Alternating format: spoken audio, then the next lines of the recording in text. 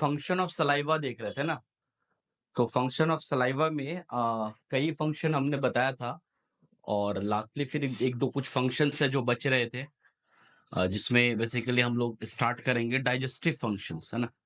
क्योंकि digestive function of saliva जो एक है, यानी कि सलाइवा का रोल इन डाइजेशंस, तो काफी अच्छे रोल्स है, क्योंकि माइनर डाइजेशन बहुत स्ट्रांगली तो नहीं होता सलाइवा की वजह से, लेकिन कुछ माइनर डाइजेशंस है जो उस चीज को हम लोग देखेंगे। तो अदर रेस्पेक्ट में देखते हैं।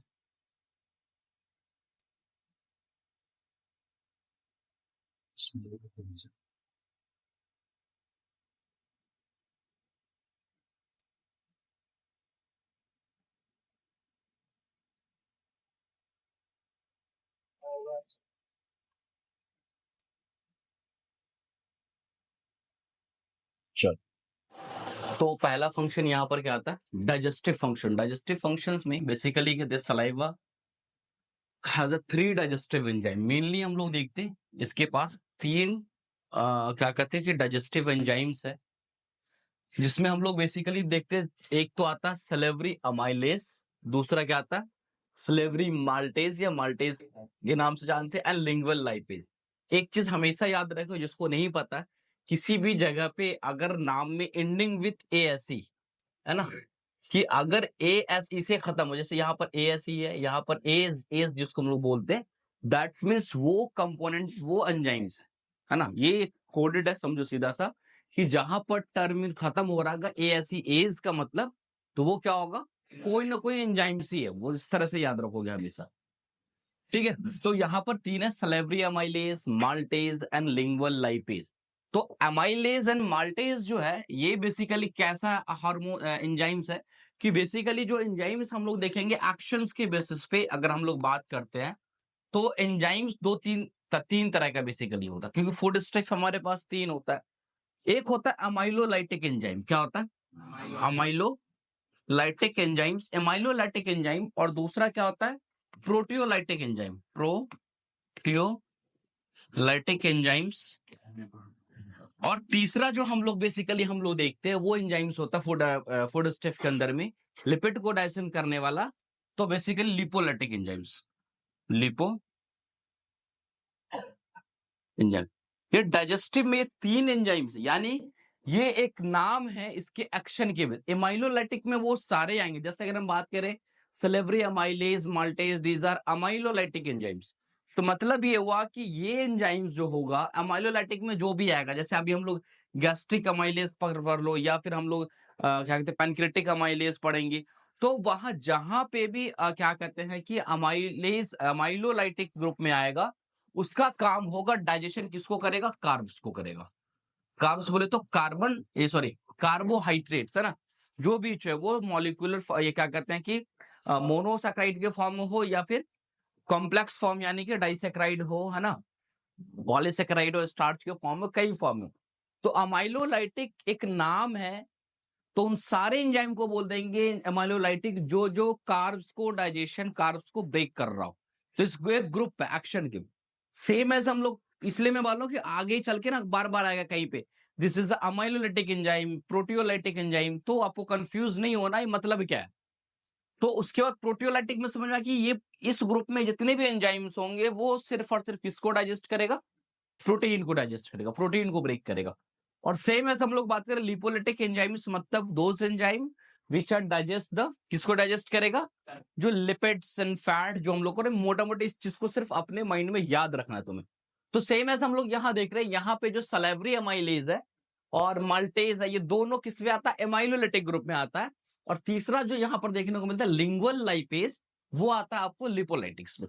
तो प्रोटियोलाइटिक ग्रुप का कोई एंजाइम सलाइवा में निकल भी, मैंने इससे पहले क्लास में आपसे बताया था कि हमारे सलाइवा के अंदर जो सलेवरी एंजाइम्स है, उसमें डाइजेशन करने की कैपेसिटी 2 फूड स्टफ का, एक तो कार्बोहाइड्रेट का, किसको, कार्बोहाइड्रेट को, और एक इधर से मिलेगा तो किसको मिलेगा, लिपिड्स या फैट जो बोल सकते वो।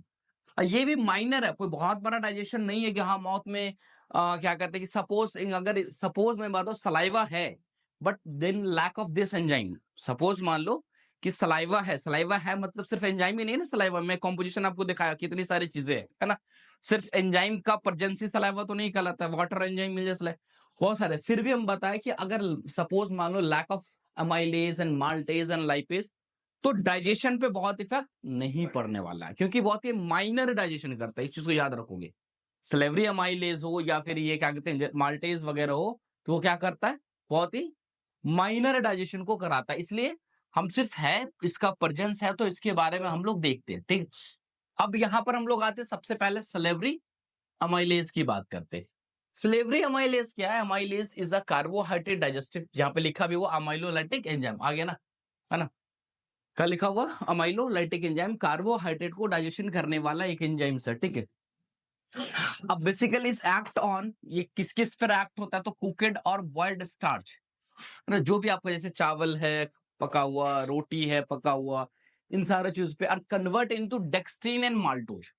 अब ये डेक्सट्रीन माल्टोज चीज सिंपल याद रखो कि डाइजेशन का सिंपल सा प्रोसेस है, पहले ही मैं बताया था कि कॉम्प्लेक्स मॉलिक्यूल्स को सिंपलेस्ट मॉलिक्यूल में कन्वर्ट करना। तो हमारे पास जब हम लोग खाते हैं, चाहे वो चावल हो, मेजर अभी बात करें कार्ब्स में, और रोटी हो, तो ये बेसिकली क्या स्टार्च है, ये क्या एक कॉम्प्लेक्स फॉर्म ऑफ कार्बोहाइड्रेट है। तो उससे जो सिंपलेस्ट फॉर्म है, जो क्या कह सकते हैं कि डाइसैकेराइड फॉर्म में है या ट्राई, तो डेक्स्ट्रीन आता है, माल्टोज आता है।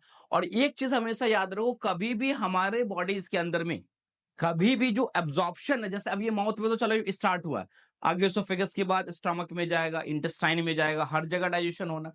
देन फाइनल डाइजेशन के बाद एक मेजर चीज हमने पढ़ा क्या, पूरी जीआईटी का एक कोर फंक्शन जो डाइजेशन एंड एब्जॉर्प्शन। तो एब्जॉर्प्शन जो होना होता है वो एक कार्ब्स की मैं सिर्फ वही बात कर रहा हूं, तो वो सिंपलेस्ट फॉर्म में होगा, यानी कि मोनोसेक्राइड के फॉर्म में ही होगा ना। तुम लोग ने कई लोगों का बायोकेमिस्ट्री स्टार्ट हुआ होगा इस सेमेस्टर में, कई का आगे होगा, तो कार्बोहाइड्रेट्स पढ़े होगे वहां पे, है ना। तो वहां पे तुमने अलग अलग फॉर्मेट ऑफ सैक्राइड्स को पढ़े होगे। तो कभी याद रखना कि जो एब्जॉर्प्शन है वो सिर्फ और सिर्फ किस फॉर्मेट में देखने को मिलेगा, मोनोसेक्राइड के फॉर्मेट में देखने को मिलेगा। तो डाइजेशन का प्रोसेस ही होता है complex, then simple, then simple. तो ये एक स्टार्च फॉर्मेट है जो बॉइल्ड या कुकड होता है। तो सलाइवरी, इसका मतलब ये हुआ सलाइवरी अमाइलेज का जो काम है वो बहुत ही मेजर काम तो नहीं, सिर्फ एक छोटा, अच्छा जितना देर रहेगा सलाइवा में उतना ही देर ना, हम खाते हैं कितना दिन, बोलस बना फिर अंदर अंदर गया, जैसे एसिडिक इफेक्ट आया तो बाहर, क्योंकि हर एंजाइम्स का, क्योंकि सलेवरी, अभी जो भी एंजाइम, अच्छा जितने भी एंजाइम्स है हमारे बॉडीज के अंदर में, या हार्मोन, सब कुछ बॉडी एक सिस्टम है। तो वो जैसे एंजाइम की बात करें, वो एक स्पेसिफिक पीपीएच पे ही काम करेगा, पीएच जैसे चेंज होगा उसका एक्शन खत्म। तो सलेवरी अमाइलेज का पीएच जो है वो स्लाइटली एसिडिक पे काम करता है। जो हमने सलाइवा का पढ़ा है ना कि पीएच कितना है, तो स्लाइटली वो कैसा रखता है, एसिडिक है, स्लाइटली एसिडिक है। तो सलेवरी अमाइलेज पे यहाँ पे हम लोग देख सकते हैं। लेकिन जैसे ये स्टमक में जाएगा, हमारा बोलस निकलने के बाद कहाँ जाएगा, स्टमक का तो हाईली पीएच है, वहां पर HCl भरा पड़ा है, तो सलेवरी अमाइलेज का एक्शन खत्म। तो जितना सलेवरी अमाइलेज को, ये नहीं समझना कि आपको समझ में आएगा हाँ हम खा रहे हैं तो बोलस के साथ गया, सलाइवा मिलके तो पेट में भी गया, तो वहां पर बैठ के नहीं, वहां पे क्योंकि अक्सर नहीं करेगा, वहां पे उसके लेकर के इन्वायरमेंट, जैसा भी तुम आसानी से यहाँ पे पढ़ रहे हो, सब लोग पढ़ रहे हो, लेकिन आज के टाइम पे 12 बजे दिन में बाहर क्लास लगा दी जाए, 45-43 डिग्री चल रहा है, कितने परसेंट बच्चे पढ़ पाओगे, टिक पाओगे वहां पे? 0% होगा, ऑब्वियसली 0% हो। तो वहां पर तुम्हारा एक्ट क्या होगा, 0। यहाँ पर आके यहाँ तुम्हारे लिए फेवरेबल कंडीशन है, सेम एज वहां पे भी क्या हो रहा है कि हर एंजाइम का अपना एक फेवरेबल कंडीशन होता है, एनवायरमेंट होता है, तो उसके लिए वो पीएच की हम लोग बात करते हैं। तो इसलिए salivary amylase always act in buccal cavity यानी oral cavity within the slightly acidic environment, ठीक है। Through starts, digestion started in the mouth. Major part is occur in the stomach because food stay only for short time. अब ये लिख भी रहा है ना कि जो हम लोग देखते हैं जो स्टार्च का जो डाइजेशन है, स्टार्ट तो माउथ से हो गया कहने के लिए हम कह सकते हैं, स्टार्ट यहाँ से हुआ, लेकिन मेजर पार्ट यानी ज्यादा जो डाइजेशन होगा इस पूरे डाइट का, आपका जो मेजर डाइजेशन होना वो आगे कहाँ होगा, स्टोमक में जाकर के होगा। क्योंकि स्टोमक के पास एक तो सबसे बड़ी चीज है कि फूड को स्टे होने का टाइम काफी ज्यादा मिलता है, लंबे समय तक वहां पे रहता है। लेकिन हमारे माउथ के अंदर में क्या होता है, short time in the mouth, मुंह में तो मुश्किल से मान एक बोलस ले रहा हो तो 30-32 सेकंड अराउंड, या अगर बहुत तेजी है या कंपटीशन है खाने का तो फिर और भी ज्यादा फास्ट हो जाता है, डिपेंड करता है खाने पे भी करता है ना।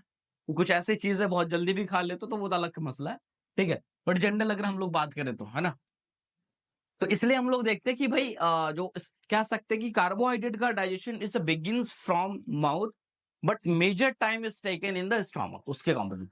ऑप्टिमम पीएच नहीं क्या, जैसे है ना activation of salivary amylase, salivary amylase को भी एक ऑप्टिमम क्या चाहिए, पीएच चाहिए जिसपे कि वो एक्टिवेट हो पाए, तो वो हमारा यहाँ पे 6 दिख रहा है, ठीक है। Salivary amylase can not be act on cellulose, हमें पता है, क्योंकि सेल्यूलोज के बारे में आगे मैं बात भी करूंगा। हम लोग पढ़ते भी है कि सेल्यूलोज को डाइजेस्ट करने के लिए हमारे पास कोई एंजाइम्स नहीं है, तो इसलिए सेल्यूलोज अगर हम लोग खाएंगे, सेल्यूलोज प्लांट्स ओरिजिन्स में बेसिकली देखने को मिलेगा, तो वो अनडाइजेस्टेबल फॉर्म में होगा, उसमें किसी तरह कोई डाइजेशन देखने को नहीं मिलेगा, ठीक है, क्योंकि उसके अकॉर्डिंगली हमारे पास एंजाइम्स होता ही नहीं है, ठीक है। आगे और डिटेल बात करेंगे अगर क्यों नहीं है, क्यों नहीं कर पाते, है ना। तो सेल्यूलोज की बात यहाँ पर हो गई, ठीक है। तो इस अब ये समझ में आया कि कोई भी एंजाइम है तो उसका अपना एक क्या पीएच होगा, उस पीएच पे काम करेगा, ठीक है। पीएच, उसके बाद आते हैं माल्टेज की बात करते। Maltase present only in the trace in human saliva, खुद कह रहा है कि माल्टेज भी एक तो बहुत कम अमाउंट में होता है, ट्रेस अमाउंट मतलब बहुत कम अमाउंट में होता है, और इसका काम क्या है, माल्टोज से ग्लूकोज के फॉर्म में कन्वर्ट करना, क्योंकि माल्टोज डाइसैकेराइड फॉर्म में आता है बेसिकली, है ना, और ग्लूकोज क्या मोनोसैकेराइड फॉर्म में आता है, तो ये इसमें कन्वर्जन करेगा। तो पहला बात तो माल्टेज है ही कम, और वो है कम, उसका काम कन्वर्जन क्या, माल्टोज से ग्लूकोज में। अच्छा, माल्टोज तो हम लोग डायरेक्ट अभी ले नहीं रहे, हम लोग लेते हैं स्टार्च मेजरली, तो इसका मतलब पहले जब तक सलेवरी अमाइलेज अपना एक्ट नहीं करेगा तो माल्टेज किस पे करेगा, ये सलेवरी अमाइलेज ही ब्रेक करके क्या बना रहा है यहाँ पर, डेक्स्ट्रीन माल्टोज बना रहा है। तो जब तक सलेवरी अमाइलेज अपना एक्ट कंप्लीट नहीं करेगा, वो ब्रेक करके माल्टेज नहीं बनाएगा, तब तक तो ये नहीं बनाएगा। अब सोचो इतना ही टाइम में उसको कार्बोहाइड्रेट को डेक्स्ट्रीन और माल्टेज में कन्वर्ट कर रहा है, और फिर से माल्टेज आकर के उस पर एक्ट करेगा, तो इतना टाइम तो हमारे बक्कल कैविटी के पास होता ही नहीं है। इसलिए टोटली अगर हम लोग बात करें, कार्बोहाइड्रेट का जो डाइजेशन है वो बकल कैविटी में शुरुआत कह सकते होता, बट होता डाइजेशन अगर एग्जैक्टली देखे तो नहीं है, बट अगर थ्योरेटिकली बात करें तो माइनर है ना। कोई ऐसा नहीं कि अगर इसलिए वहां पर डाइजेशन अगर कंप्लीट एब्सेंस भी हो जाता तो कोई मसला नहीं है, आपको आगे चल के डाइजेस्ट कर जाएगा, ठीक है। अब तीसरा जो यहाँ पर एंजाइम्स है वो है लिंगुअल लाइपेज, है ना, क्या lingual lipase. Lingual lipase is a lipid digestive, जैसे लिपोलाइटिक एंजाइम बोलेंगे, है ना, किसको क्या बोलेंगे, लिपोलाइटिक्स एंजाइम्स बोलेंगे। Basically secrete from the serous gland situated on the posterior aspect of the tongue, है ना। ये बेसिकली एक सीरस ग्लैंड से जो पोस्टीरियर एस्पेक्ट ऑफ टंग के पोस्टीरियर में जाके सिचुएट वहां से निकलता है, और ये जो डाइजेस्ट करता है किसको, मिल्क फैट, है ना, जो प्री इमल्सिफाइड होता है। अब देखो फैट का डाइजेशन का एक अलग प्रोटोकॉल है। फैट जो हमारे बॉडी में तब तक डाइजेशन नहीं होगा जब तक उसको इमल्सिफिकेशन नहीं मिलेगा। इमल्सिफिकेशन किसको बोलते हैं, कोई बताओगे, व्हाट इज इमल्सिफिकेशन, नाम सुने थे, हाँ, चलो, जो सुने अच्छी बात है। आपको अगर कपड़ा धुलना हो जिंडल ने तो क्या करते हो, पानी और सर्फ में डाल दो, क्यों डाल दो सर्फ में, क्यों डालते हो सर्फ, मैं नहीं पता कपड़ा क्यों डालते हो, साफ होने के लिए तो मतलब, तो साबुन से भी हो जाएगा। डिटर्जेंट जो हम डाल के छोड़ते हैं उससे क्या बेनिफिट होता है, जिससे कि आपके कपड़े के साथ जो भी गंदगी अटैच्ड है उसका मॉलिक्यूलर बॉन्ड को तोड़ता है, तो आप आसानी से एक बार थोड़ा सा ब्रश रगड़ते हो साफ हो जाता है। लेकिन अगर कपड़े को सिर्फ तुरंत लगाए तुरंत निकाले तो आज थोड़ा सफाई करने में क्या लगता है, लेकिन 2 घंटा बाद अगर करो तो सफाई क्या होता है, तो बेसिकली वो उस क्या हुआ, साफ होता है। हाँ, तो हम भी तो कह रहे साफ ही होता है जी, ठीक है। तो बेसिकली कहने का मतलब ये है कि अगर इससे पहले हम जो कपड़ा धुलाई स्टार्ट करते उससे पहले डिटर्जेंट में उसको इमल्सिफाई करा दिए, उसको ब्रेक को तोड़ दिए, जो कपड़े के साथ जो डिटर्जेंट गया तो कपड़े के साथ जो गंदगी था, जो मॉलिक्यूलर बॉन्ड बना रखा था, उसको वो तोड़ के रिलैक्स कर देता, ताकि आप उस पर प्रेशर थोड़ा सा अप्लाई करो या पटक के करो या ब्रश रगड़ के करो, जैसे धुलना है ना, तो तुम्हारा धुल जाएगा वो कपड़ा, ठीक है, आसानी से, है ना। नहीं तो टफ होगा, पानी में डुबा के सिर्फ छोड़ दो, होता है साफ सही से, बहुत मेहनत फिर करना पड़ता है ना। तो सेम है फैट का जो मसला है ना, कि अब मान लो हमारे बॉडी में फैट है, तो फैट जब जाता है तो फैट ग्लोब्यूल्स के फॉर्म में होता है, ये फैट ग्लोब्यूल्स है, फैट फैट फैट है ये सब। तो इस फैट को डाइजेशन करने वाले एंजाइम्स अगर डायरेक्ट आकर के काम करेगा तो थोड़ा थोड़ा साइड से करता चलेगा, करते चलेगा, टाइम लगेगा। लेकिन एक ऐसा चीज है हमारे पास बॉडी में जो इस एक बड़े फैट के ग्लोब्यूल्स को तोड़ करके छोटा बना दे, इसको 4 टुकड़ा में बदल दिया जाए। अब इस 4 टुकड़े के ऊपर कोई चीज अगर काम करा जाए तो आसानी से काम करेगा, लेकिन एक टुकड़े के ऊपर बड़ा सा टुकड़ा है, इसको तोड़ना है, धीरे धीरे धीरे धीरे तोड़ना, तो बड़ा टाइम लगेगा। लेकिन 4 टुकड़ा करके आपको उसको तोड़ने को बोले, आसानी से टूटेगा। तो इमल्सिफिकेशन का सेम प्रोसेस है। इमल्सिफिकेशन होता, अब ये कराता हो रहा है, तो हम लोग आगे जाके अभी पढ़ेंगे, जो बाइल्स के बारे में पढ़ेंगे, जो लीवर से आता है, जो जीबी में स्टोर हो रहा है ना, बाइल साल्ट, बाइल पिगमेंट। तो बाइल साल्ट जो होता है उसमें हम लोग देखते हैं, बाइल साल्ट का काम है इमल्सिफिकेशन कराना। क्या काम कराना? इमल्सिफिकेशन कराना। वो फैट, बड़े बड़े फैट क्या कहते हैं, ग्लोबुल्स को छोटे छोटे में कन्वर्ट करता है। फिर आपका पेनक्रेटिक लाइपेज जो वगैरह वो आकर के उसको आराम से हम वहां पे डिटेल पढ़ेंगे अभी समझने के लिए। तो कहने का मतलब ये हुआ कि फैट का डाइजेशन के लिए हमें 110% इमल्सिफिकेशन होना जरूरी है। इसलिए जीबी निकालते थे तो शुरू में हम लोग क्या बोलते हैं कि फैट वाली चीज कम खाओ। जिसका जीबी का ऑपरेशन हो जाता है बोलते हैं ना कि फैट वाली चीज क्या खाओ, कम खाओ, डाइट को फ्रीक्वेंट्स रखो, है ना, ऑयल्स को कम कर दो, मसाले को कम कर दो, है ना। क्यों? क्योंकि हमें पता है कि यही तो फैट को क्या कर रहा था, इमल्सिफाई कर रहा। अब ये है नहीं, इमल्सिफाइड होगा नहीं, या तो फैट का डाइजेशन नहीं होगा, प्रॉब्लम होना स्टार्ट होने लग गया। इसलिए आफ्टर जीबी क्या कहते हैं, जब हम लोग कराते हैं क्या कहते हैं इसका, जीबी को लेप्रोटॉमी या जो भी कराते हो आप, मशीन से कराओ या जैसे भी कराओ, हटाओ, इन सारे केसेस में आफ्टर ये हम लोग ब्रेकिंग देते हैं उसके अंदर में, तो क्योंकि इमल्सिफाई नहीं बन। अब सेम चीज हम लोग लिपिड को डाइजेशन माउथ में करा रहे, तो माउथ में तो कहां से आएगा?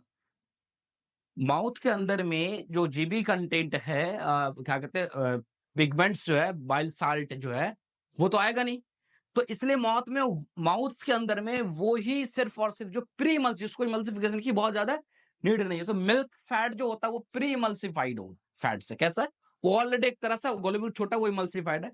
इट हाइड्रोल, इसके बाद हम लोग देखते हैं hydrolyze triglyceride into fatty acid and diglycerol में इसको कन्वर्ट करता है। तो स्पेशली हम लोग देखेंगे, अगर फैट की भी बात करेंगे माउथ के अंदर में, तो सिर्फ और सिर्फ मिल्क फैट जो है, मिल्क के अंदर जो फैट है, अब वो क्यों होता है, तो अब आपसे पता, क्योंकि वो प्री इमल्सिफाइड होता है, उसको इमल्सिफिकेशन की जरूरत नहीं है। वो हाइड्रोलाइज कराता है, किसमें तो कन्वर्जन हो जाता है, ट्राइग्लिसराइड फॉर्म में होता है। तो कोई भी ट्राइग्लिसराइड अगर टूटता है तो बेसिक बनाता है फैटी एसिड बनाएगा, और क्या बनाएगा, है ना, डाइग्लिसराइड बनाएगा। और एक चीज ये भी बता कि कभी बहुत ज्यादा अगर फैट ब्रेक होता है, तो फैट ब्रेक होने से एक चीज बनती है, कोई भी जैसे जनरली ट्राइग्लिसराइड फॉर्म में हमारे बॉडी टेस्ट भी कराते हैं, तो किसको देखते हैं हम लोग फैट के लिए? ट्राइग्लिसराइड चेक कराते हैं। तो ट्राइग्लिसराइड क्या है कि जब ये ब्रेक होता तो ऑलवेज बनाएगा फैटी एसिड। क्या बनाएगा? फैटी एसिड और डाइग्लिसराइड। स्ट्रक्चर बनता है जिसको हम लोग बोलते हैं कीटोन बॉडीज। क्या बनाता है? Ketone bodies. Ketone bodies basically एक तरह का समझो, वो हमारे बॉडी के लिए डेंजरस भी है एंड समटाइम बेनिफिट्स भी। ब्रेन के लिए वो न्यूट्रिशन का पैकेट है, बट बॉडी सेल के लिए, यानी कीटोन बॉडी आपके बॉडी के सेल को खुद डिस्ट्रॉय करेगा। तो खैर वो एक हाई लेवल पे जब फैट का ब्रेकडाउन, वो कब, ये फैट की हम बात, ये तो आपके डाइजेशन के लिए हो रहा है ना। जैसे आपके बॉडी में फैट है ना, बॉडी में हर जगह फैट्स है जहां पे भी है, वो फैट जब टूटता है तो वो भी यही बनाता है, फैटी एसिड एंड डाइग्लिसराइड बना रहा है। अब उसके साथ साथ कीटोन बॉडी तब बनाएगा। तो वो कीटोन बॉडी अगर बहुत एक्सेसिव बन जाता है तो आपको कहीं ना कहीं उसका क्या भुगतना पड़ता है, बहुत खामियाजा भुगतना पड़ता है आपकी बॉडी को। यानी कि आपके वो कीटोन बॉडी आपकी बॉडी के सेल को डिस्ट्रॉय करना स्टार्ट करता है। खास करके जैसे डायबिटीज के लोग होते हैं, डायबिटिक कीटोएसिडोसिस एक कंडीशन ही होता है ये। क्योंकि डायबिटीज में क्या है कि भाई ग्लूकोज का लेवल हाई है, लेकिन बॉडी को ग्लूकोज नहीं मिल रहा होता, और बॉडी को पता है कि भाई बॉडी को ग्लूकोज क्यों नहीं मिल रहा था, बॉडी को लग रहा है कि ग्लूकोज की कमी है। तो बॉडी क्या करती है, फैट तोड़ के बनाना स्टार्ट कर देता है ग्लूकोज। फैट से ब्रेक होगा तो ग्लूकोज बनेगा। तो यहां से जैसे तोड़ेगा तो इसको तोड़ेगा तो भाई कीटोन बॉडी, अब ये एक्सेसिव होने लगा, बहुत ज्यादा था, बहुत बनेगा तो पीएच टीएच सब पूरा गड़बड़ा जाता है। और वैसे कंडीशन में जब देखते हैं तो डायबिटिक कीटोएसिडोसिस का एक कंडीशन होता है, तो खैर वो अलग सी बात। सिर्फ अब इस चीज को याद रखो कि हाँ, तो लाइपेज का जो एक्शन है, 2-3 चीज याद रखो कि क्या डाइजेशन करा रहा है, ठीक है। उसके बाद हम लोग देखते हैं सलाइवा का फंक्शन, डाइजेस्टिव के बाद हम होता है क्लीनिंग एंड प्रोटेक्टिव फंक्शन। क्या काम है? क्लीनिंग एंड प्रोटेक्टिव फंक्शन है। तो सबसे पहला हम लोग देखते हैं ड्यू टू द बेसिकली हम लोग देखते हैं कांस्टेंट सिक्रेशन, एक अमाउंट है कि ऐसा नहीं कि हाँ भाई कि सिक्रेशन के बारे में हमने पढ़ा है कि भाई एक एवरेज सिक्रेशन है 1 लीटर से 1.5 लीटर 1 डेज के अंदर में। उसके बाद हम करें 1 ml के आसपास पर मिनट्स के अराउंड हम लोग ने देखा। उसके बाद हम जो भी सिक्रेशंस यहाँ से आता रहा था उस सिक्रेशन की वजह से आपका जो टीथ है, माउथ है, टीथ है, वो rinse and keep free of basically food debris and shed epithelial cell for the foreign particles, है ना। कि सीधा का मतलब है कि इस सलाइवेशन की वजह से, अगर तुम सोच लो हम खाने के बाद पानी पीते हैं, खाने के बाद पानी पीते हो, तरीका भी है कि चलो ठीक है पीते, तो खाने के बाद पानी पीते एक तो चलो ठीक है डाइजेशन के लिए, लेकिन माउथ के पर्पज से सोचो क्या बेनिफिट है। तो माउथ साफ होता है, क्लीन होता है। या बहुत लोग आदत है खाने के बाद अच्छे से गार्गिल कर लेना, ये अच्छी आदत है लेकिन बहुत लोगों के पास नहीं भी है ना। तो ये क्यों कि माउथ को क्लीन करने के लिए हम लोग, तो कहीं ना कहीं अगर कभी कभी पानी खाने खाते खाते खा लिया लेकिन पानी हम नहीं पी पाते, तो मुंह में खाना बैठा तो नहीं रहता है, थोड़ा देर बाद टेस्ट भी खत्म, वो क्यों? ड्यू टू तो सलाइवेशन के, अगर आपके माउथ को क्लीन कर दिया, वो प्रॉपरली क्या कर दिया, आपके माउथ को, टंग को, इन सारी चीजों का करता वो क्लीन कर दिया। फॉरेन पार्टिकल क्या जो आपने खाया वही तो फॉरेन पार्टिकल को क्लीन कर दिया। In this way saliva prevent bacterial growth. अब माउथ क्लीन हो जाएगा तो आपका सलाइवा क्या करेगा, क्लीन करेगा, तो बैक्टीरियल ग्रोथ नहीं होगा, रिमूविंग द मटेरियल्स विच मे सर्व, है ना, कल्चर्स, मीडिया, फूड। बहुत सारे चीजें कि अगर हमारे माउथ के अंदर में कुछ फूड पार्टिकल्स रह जाता है, जैसे दांत वात जो खराब होता है ना, ब्रश नहीं कर रहा, वो नहीं कर रहा, क्यों? कि फूड पार्टिकल लॉज कर गया। अब बैक्टीरिया वायरस के लिए वो न्यूट्रिशन का सोर्स, कल्चर मीडिया बन गया, उसके लिए मीडियम मिल गया, वो क्या करेगा, ग्रोथ। तो कहीं ना कहीं सलाइवा का भी रोल होता है कि आपको वो क्लीन कर रहा होता है। प्रॉपर क्लीन तो आपको ब्रश एंड वाटर से कर रहा है, बट सलाइवा का भी ये काम है कि, क्योंकि तुम खुद भी सोचो कभी खा के पानी नहीं पियो तो मुंह में लगा ही रहता है अंदर के साइड से, 1 घंटा बाद पता भी नहीं चलेगा कि हमने क्या खाया था नहीं खाया था, टेस्ट के बेसिस पे। तो वो क्यों? ड्यू टू सलाइव, है ना। उसके बाद हम लोग देखते हैं एंजाइम्स। इसके अंदर में हम लोग कॉम्पोजिशन पढ़े थे तो याद होगा, लाइसोजाइम्स के बारे में पढ़े थे, या ना। तो लाइसोजाइम का काम ही क्या होता है, क्या कहते हैं, लाइसोजाइम खुद एक तरह का प्रेजेंट, हम लोग देखे भी होंगे, तो वो एक तरह का सोसाइटल एक्शन का फॉर्मेट ये तैयार करता है, ठीक है। तो ये लाइसोजाइम क्या करेगा, सलाइवा में ये बैक्टीरिया को किल करेगा, such as streptococcus, streptococcus, staphylococcus, है ना, ब्रुसेला। ये अलग अलग बैक्टीरिया है जो बेसिकली आपके थ्रोट में, बक्कल्स कैविटी में, जनरली सब में होता है। तो इन सारे से डिफेंस कराने के लिए आपके माउथ में वे लाइसोसोम होता है जो इन सारे को क्या कर रहा होता है, सलाइवा के अंदर जो लाइसोसोम है वो क्लीन कर रहा था, उसको डिस्ट्रॉय कर रहा था, ठीक है। उसके बाद है proline rich proteins present in the saliva.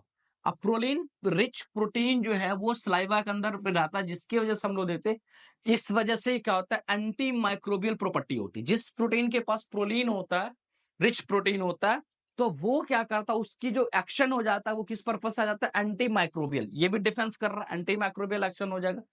Then साथ साथ क्या, neutralize the toxic substance such as टेनिस। एक सब्सटेंस है जो बेसिकली डाइट वाइट जब हम लोग लेते हैं तो इस तरह की सब्सटेंस, टॉक्सिक सब्सटेंस जो प्रोड्यूस होता है, या जनरली जो बैक्टीरिया हमारे माउथ में ऑलवेज रह रहा होता है उसकी वजह से इस तरह के टॉक्सिक सब्सटेंस तो बन ही रहा होगा।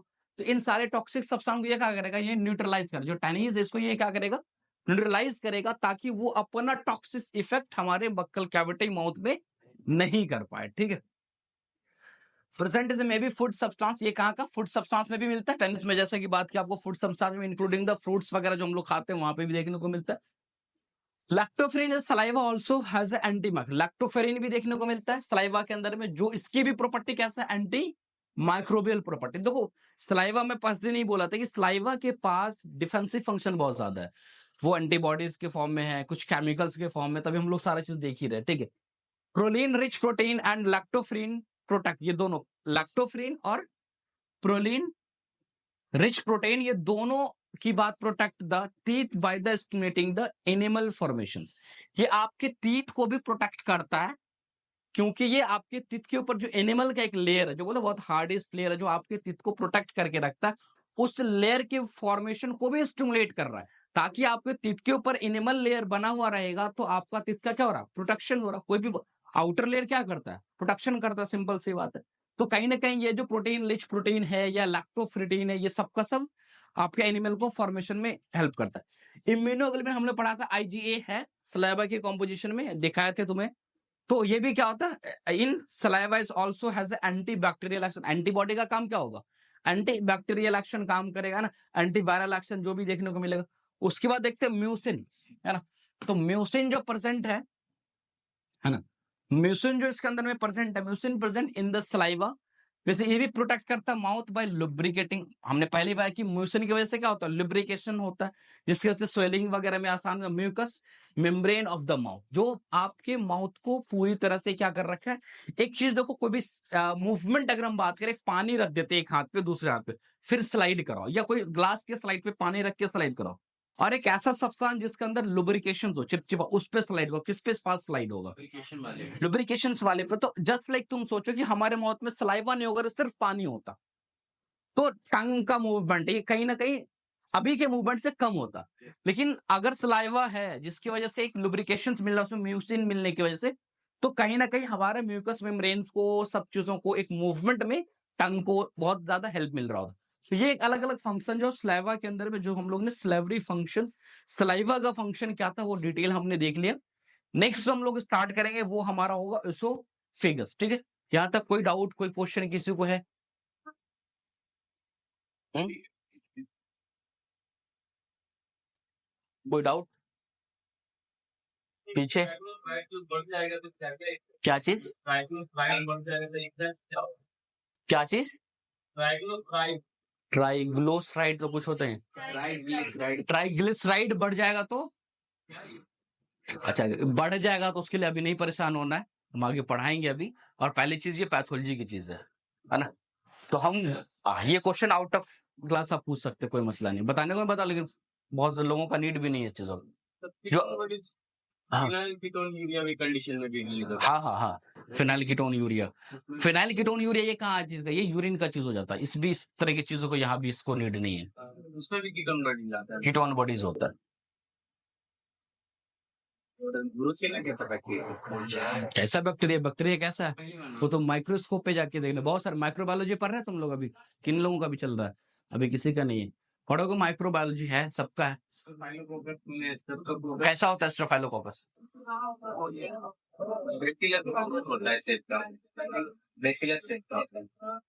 अच्छा हाँ, क्या बोले?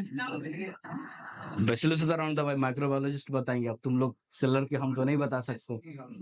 और कोई क्वेश्चंस सैलरी फंक्शंस के रिगार्डिंग, कोई क्वेश्चन है पीछे आगे? तुम लोग इतना जल्दी पानी प्यास लग जाता है जी? हाँ, पढ़ते लिखते कुछ नहीं हो, खाली पानी पीते हो बैठ के। चलो ठीक है, तो हम लोग अगला टॉपिक स्टार्ट करते। ठीक है, इसो ठीक है। देखो, अब जो हम लोग स्टार्ट कर रहे हैं, ये कंप्लीट यहाँ पर हम लोग देखेंगे इसोफेगस के बारे में। अब प्रोनाउंसिएशन अलग है, कोई इसको ओइसोफेगस पढ़ता है, कोई इसोफेगस पढ़ता है, तो बोथ प्रोनाउंसिएशंस इक्वल, आप जो भी चाहो बोल सकते हो, कोई मसला नहीं है। ब्रिटिश और यूके का झगड़ा है, तो हम इंडिया वाले को नहीं पढ़ना इस झगड़े में, है ना। हम दोनों को मानते, दोनों को लेकर के चल जाएंगे, है ना। तो पहली बात ये, जनरल लैंग्वेज में इसी को हम लोग क्या बोलते हैं, फूड पाइप। क्या बोलते हैं? फूड पाइप इसी को बोलते हैं ना। अब मसला ये है कि ये एक ट्यूब लाइक स्ट्रक्चर है। कैसा है? ट्यूब है। ट्यूब का मतलब समझते हो क्या होता है? कोई कैनाल होगा, लेकिन ये एक ऐसा ट्यूब है जिसमें कैनाल हमेशा बंद रहता है। कैसा ट्यूब है? एक ऐसा ट्यूब है जिसका कैनाल हमेशा, क्योंकि फ्लैट एंड, मैं पढ़ाऊंगा कि ये फ्लैट एंड होता है, चिपटा हुआ होता है। तो जैसे भी हम लोग खा पी नहीं रहे, कुछ भी नहीं कर रहे, अब जो पी रहे उसको खुला होगा यहाँ पे, है ना, तो ऐसे बंद रहता है। जैसे कोई फूड पार्टिकल्स या ड्रिंक जो भी पी रहे हो या कुछ जा रहे हो, उसके स्टिमुलेशन की वजह से ये ओपन होता है।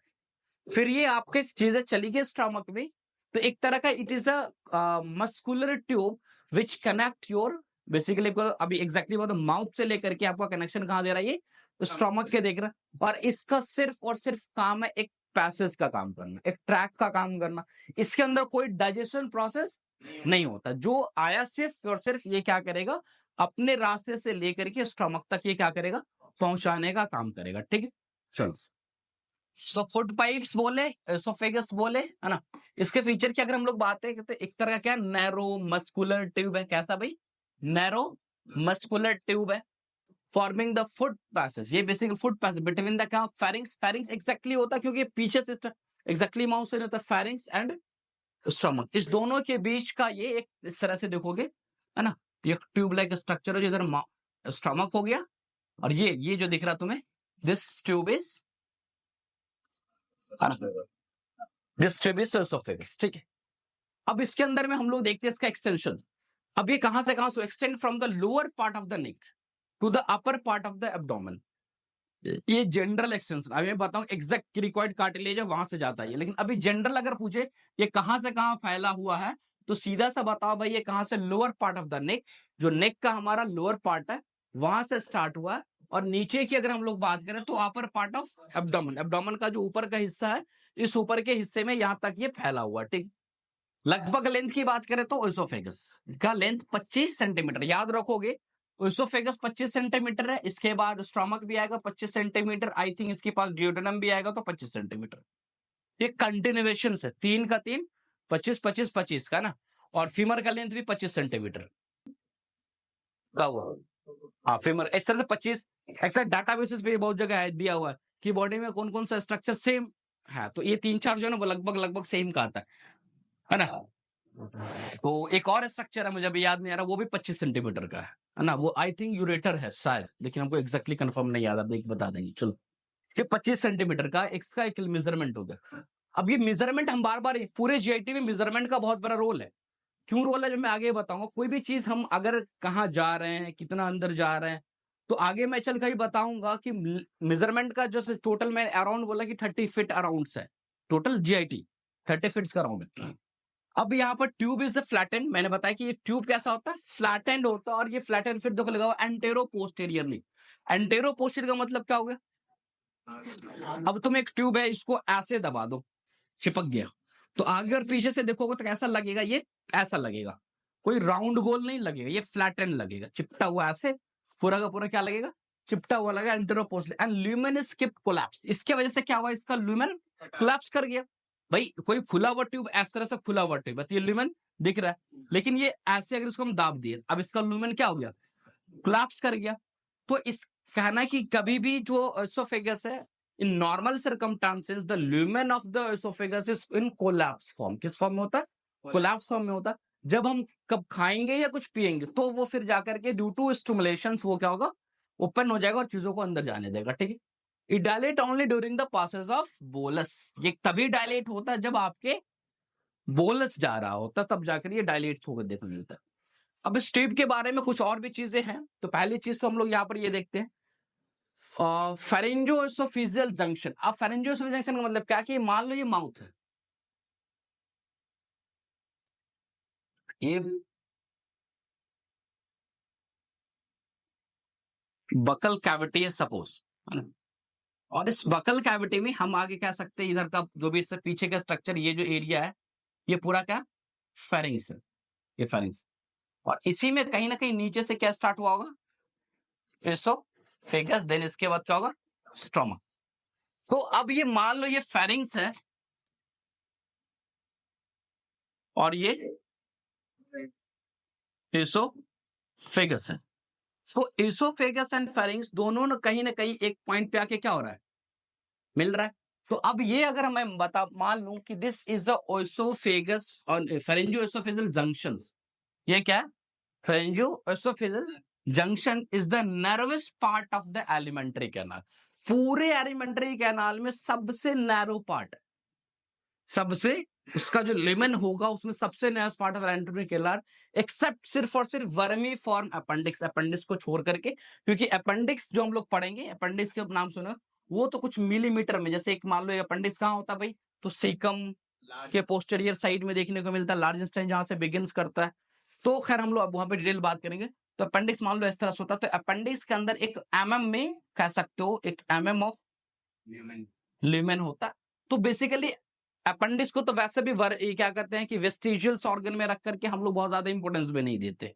कोई काम है अपेंडिक्स का, कोई काम नहीं, लेकिन रिसर्च के मुताबिक है ना। जब सर्जरी पर होगे तो मैंने भी पढ़ा था पहले कि नहीं होता है, लेकिन जब अभी तुम्हारे पास जब जाओगे, मणिपाल की बुक आती है सर्जरी की, है ना, तो वहां पर अपेंडिक्स के फंक्शन को लिखा है, क्योंकि ये एक लिम्फाइड ऑर्गन में आता है और यहाँ पर कुछ एंटीबॉडीज देखा गया है अब एंटीबॉडीज देखा गया तो कुछ ना कुछ एक्शन इसका प्रेजेंट, हाँ, लेकिन इसके होने और नहीं होने से कोई फर्क नहीं पड़ता। सपोज इसका जो काम है थोड़ा सा डिफेंसिव मैकेनिज्म, मान लो ये चला भी गया बॉडी से तो कोई फर्क नहीं, तो रहने और नहीं रहने से कोई फर्क नहीं, इसलिए इसको हम बहुत ज्यादा लोग वेस्टिजियल से ही मान के चलते, और है वेस्टिजियल है, मान के नहीं चलते है, तो खैर वो अलग सी बात है। तो ल्यूमन किस की भी हम लोग बहुत ज्यादा इंपॉर्टेंस भी नहीं दे, क्योंकि ये ऑर्गेन ही बहुत अलग है ना। जेटी ट्रैक में एक छोटा सा अटैच स्ट्रक्चर है। अपेंडिक्स का मतलब ही क्या होता है? अपेंडिक्स का मतलब ही होता है एक्स्ट्रा अटैचमेंट, कोई भी चीज का एक्स्ट्रा अटैचमेंट। जैसे बुक्स में ही पढ़ते होगे, बुक्स में भी अपेंडिक्स होता है। किताब जब पलटोगे तो किताब में लास्ट में स्पेशली ज्यादातर बुक क्या करती है, लास्ट में लिखती है अपेंडिक्स। तो क्या मतलब, अरे इस किताब में जितनी चीजें है तो इसके अलावा एडिशनल चीज यहाँ पर है, थोड़ा सा एडवांस चीज यहाँ पर है, ये एडिशनल हो गया। तो अपेंडिक्स बी का मतलब ही ये होता है कि एक्स्ट्रा कोई चीज का अटैचमेंट, ठीक है।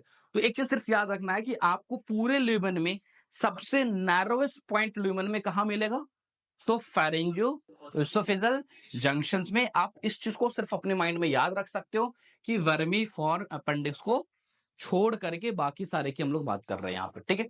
चलो अब उसके बाद अगर हम लोग देखते हैं एसोफेगस का शुरुआत, तो कहता है oesophagus begin in the neck. अभी जनरली तो मैं आपको याद करने को क्या बोला, लोअर पार्ट ऑफ नेक को याद कर लो, अपर पार्ट ऑफ एब्डोमेन याद करो। अब एग्जैक्ट पॉइंट की अगर हम लोग बात करते हैं, neck at the lower border of cricoid cartilage. मैं अगली क्लास में इसका पिक्चर भी दिखा दूंगा, ये पिक्चर नहीं लगा पाया हूं। क्रिकॉइड कार्टिलेज यानी कि कार्टिलेज ऑफ थायराइड ग्लैंड, यहाँ पे हम लोग पढ़ेंगे ना, तो वहां पर जो कई कार्टिलेज का पेयरिंग है यहाँ पर, तो उसमें एक क्रिकॉइड कार्टिलेज है।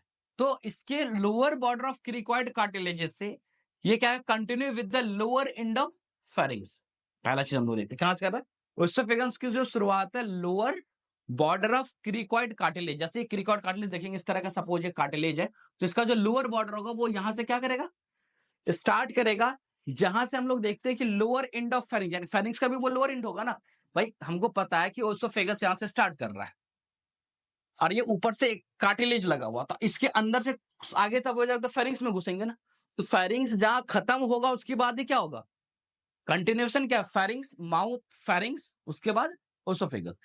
लेकिन एक लैंडमार्क उस बीच में हम इसको ऐसे रख देंगे, मान लो यहाँ पर तो ये लैंडमार्क बना रहा है, ये कार्टिलेज क्या बना रहा है, एक एडिशनल बाहर से खड़ा होकर के लैंडमार्क बना रहा है कि उसके लोअर बॉर्डर से जा रहा है। तो क्रिकॉइड कार्टिलेज के लोअर बॉर्डर से ओसोफेगस स्टार्ट होता है और लोअर एंड ऑफ वहां से कंटिन्यू कर जाता है।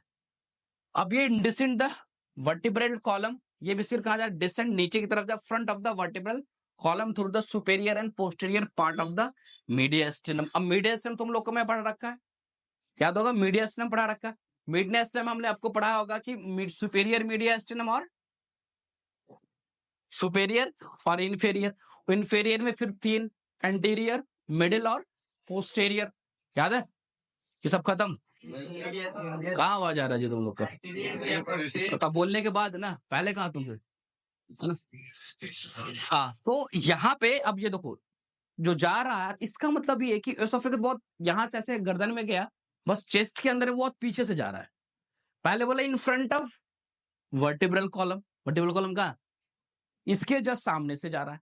तो ये जो चेस्ट की जो कैविटीज है, तो लंग्स के बीच का जो एरिया है जिसको मीडियस्टनम बोले थे और ये डिवीजन दिए, तो ऊपर में तो पीछे से गया सुपेरियर मीडियस्टनम से, और जैसे इन्फेरियर मीडियस्टनम में आया तो इन्फेरियर में किस पार्ट से जा रहा है, पोस्टीरियर से, तो ये पीछे जा रहा है। दैट मीन्स ट्रैकिया इसके आगे होगा।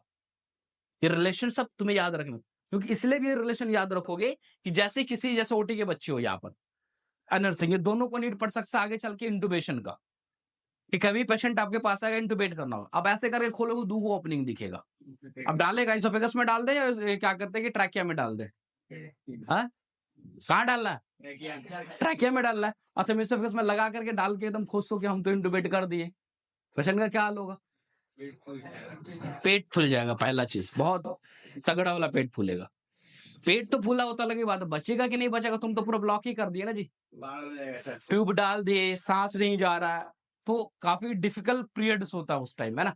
तो आपको ये सारा रिलेशंस याद होना चाहिए, है ना, तो आप अपने मिशन में फेल हो जाएंगे, है ना।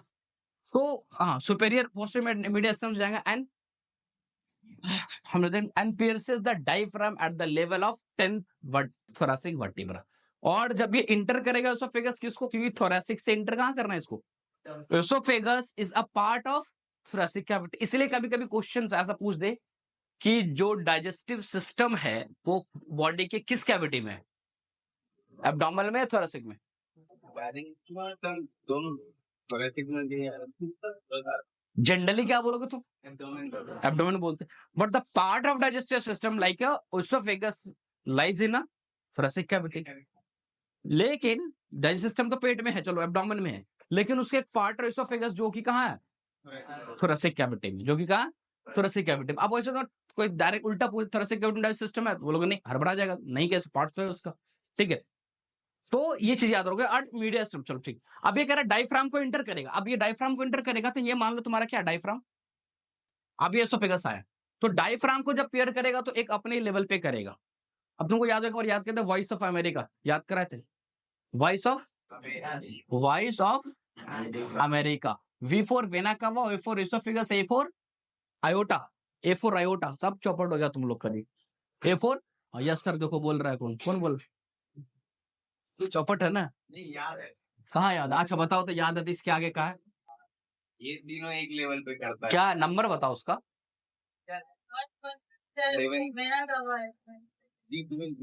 तीनों वर्टिब्रल लेवल क्या है? वेना कावा का, ओसोफेगस का। ओसोफेगस तो तुम्हें 10th पता ही चल गया, ये तो 10th पे आ गया। एसोफेगस, हाँ वेरी गुड। 8, 10, 12 क्या है? 8वें पे, 10वें पे, 12 पे, डायफ्राम के लेवल पे। तो एसोफेगस कितने पे आता है? At the level of 10 thoracic vertebra. यानी डायफ्राम के सब ये पियर्स मतलब डायफ्राम में जो छेद करेगा और एब्डोमेन में जाएगा, तो उसके सामने वर्टिब्रा कौन सा आएगा? T10। क्या आएगा? T10 आएगा। At the end by opening into the stomach, और ये खत्म हो जाएगा cardiac in at the level of the 11th thoracic vertebra. और ये खत्म कहां होगा? तो जैसे ये इंटर कर गया, यहां पे मान लो ये डायफ्राम, नीचे क्या मिलेगा? एब्डोमेन पे खत्म होगा, तो ये लेवल होगा T10 का, और ये लेवल जो होगा वो T11 का होगा। तो कभी तुमसे क्वेश्चन कंफ्यूजन में आ जाएगा कि oesophagus is terminate at the which vertebral level, and at the which vertebral level, तो T11, and pierces the diaphragm eight which level, तो T10। तो ये कंफ्यूजन नहीं याद रखना। थोरेसिक में क्या कहते हैं, एसोफेगस का वर्टिब्रल रिलेशन 2 है, एक कहां पे वो इंटर कर रहा है और एक कहां पर वो खत्म या स्टमक के साथ मिल रहा है, तो T11 पे, ठीक है। तो रहने दो, आगे चीज हम लोग कल के क्लास में कंटिन्यू करेंगे, यहां तक रहने देते, ठीक है।